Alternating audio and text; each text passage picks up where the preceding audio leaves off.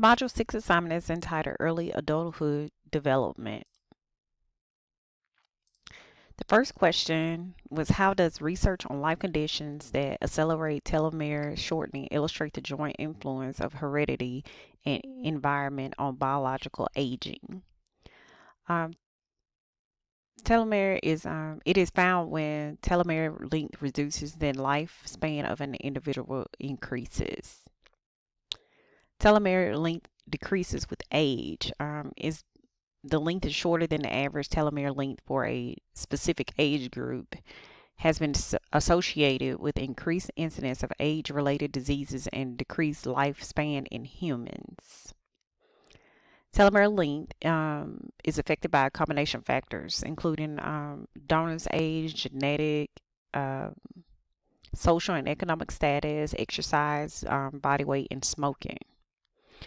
So when telomere reaches the length reaches below a critical limit, the cells undergo senescence and apoptosis. Apoptosis. I'm sorry. Certain lifestyle factors such as smoking, obesity, lack of exercise, and consumptions of an unhealthy diet can increase the pace of telomere shortening, leading to illness and premature death. Accelerated telomere shortening is associated with the early on stage of many age-associated health problems, including like coronary heart disease, heart failure, diabetes, increased cancer risk, and osteoporosis. Shorter telomeres are a risk factor for cancer. So individuals with shorter telomeres seem to have a greater risk for disorders development of lung, the bladder, renal cell, gastrointestinal, and head and neck cancers. Certain individuals may also be born with shorter telomeres or may have a genetic disorder leading to shorter telomeres. And so those individuals are at greater risk to develop premature heart disease and premature aging. Um, there has been research that has shown that the length of telomere is the one of those things that is responsible for aging signs. If telomere length shortens, then the individual will obtain immortality. This would be a serious threat to mankind as a population explosion due to no death rate, while simultaneously ever increasing birth rates. Question number 2. Why are people in committed relationships likely to be more sexual active and satisfied than those who are dating several partners? Um, I I feel that people in committed relationships are likely to be more sexually active and satisfied because it is said that trust and commitment are foundational for good sex. In most cases, women observe, crave security and commitment in sexual relationships. Therefore, people in committed relationships are able to set aside the feeling of insecurity and anxiety compared to those that are dating several partners. People in committed relationships usually have more time to know each other and know what each other wants compared to those dating several partners who have little or no time to know each other. People in committed relationships are able to perform better at comfort zone because they know that their partner will always be there for them at any time. Whereas for those who are dating several partners, do not really know when they would go to see each other because they do not know each other's schedule. Um, I also think because of communication, they're able to communicate, consistency. Monogamous couples are more able to encourage open communication because they have developed relationship. Communication allows for a partner to express their needs and desires around sex and other parts of the relationship.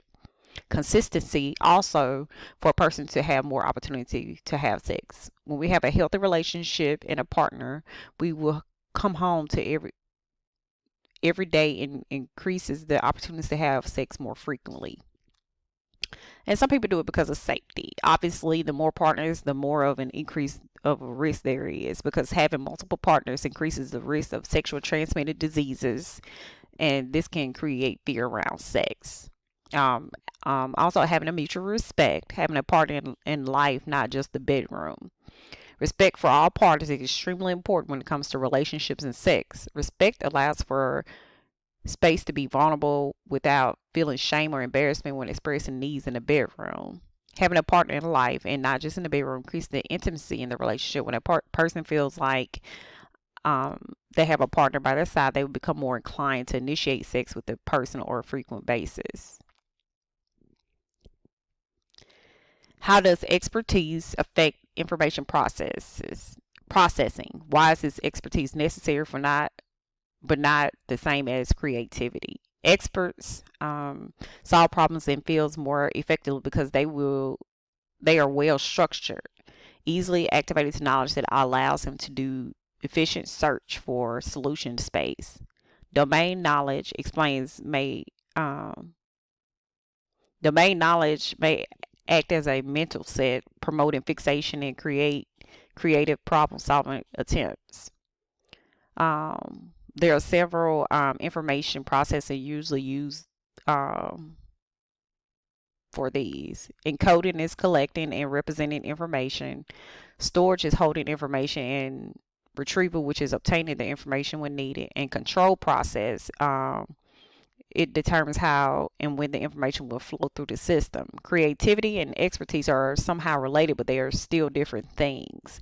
Expertise does not really need creativity, but creativity requires a certain level of expertise. There are similarities of expertise and creativity to the domain. Expertise in one domain does not predict expertise in the other. Unrelated domains, creativity in one domain does not predict creativity in the other unrelated domain. Expertise explains affects humans by giving us a new way to process information different from the exist knowledge that we already process. Expertise is not the same as creativity. Creativity includes developing ideas, thoughts on one's existing knowledge to improve its efficiency or design. Creativity thinking can lead to innovative ideas outside one's field of expertise as well. What student and college environment characteristics contribute to favorable psychological changes during the college years? As a child, the influence from our family and our peers.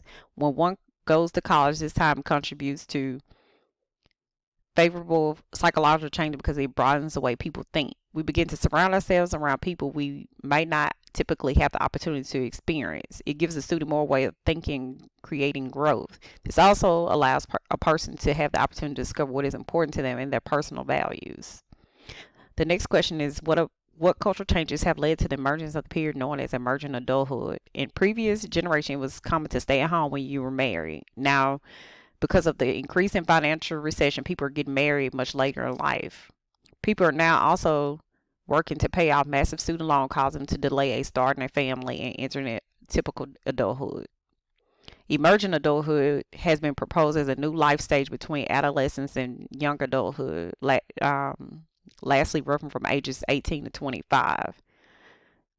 5 features make an emergent adulthood distinctive: identity explorations, instability, self-focus, feeling in between adolescence and adulthood, and a sense of broad possibilities for the future. According to the next question, according to Levinson, how do the life structures of men and women differ? During the transition to early adulthood, most people construct a dream of what they think their adult life will look like. Women often have a split dreams between career and family around the age of 30. People who have become preoccupied with their career often look for a life partner, while women who had emphasized marriage and family often develop individualized goals. Men usually settle down in an effort to establish a niche in the society. And men, they typically have one focus concern, and that's their career, which is making a solid income and the foundation of happiness. And women, they dream of more having a family and a career are very important. And women usually have a thought to have split goals and dreams. So that is my conclusion of my module 6 assignment. Thank you.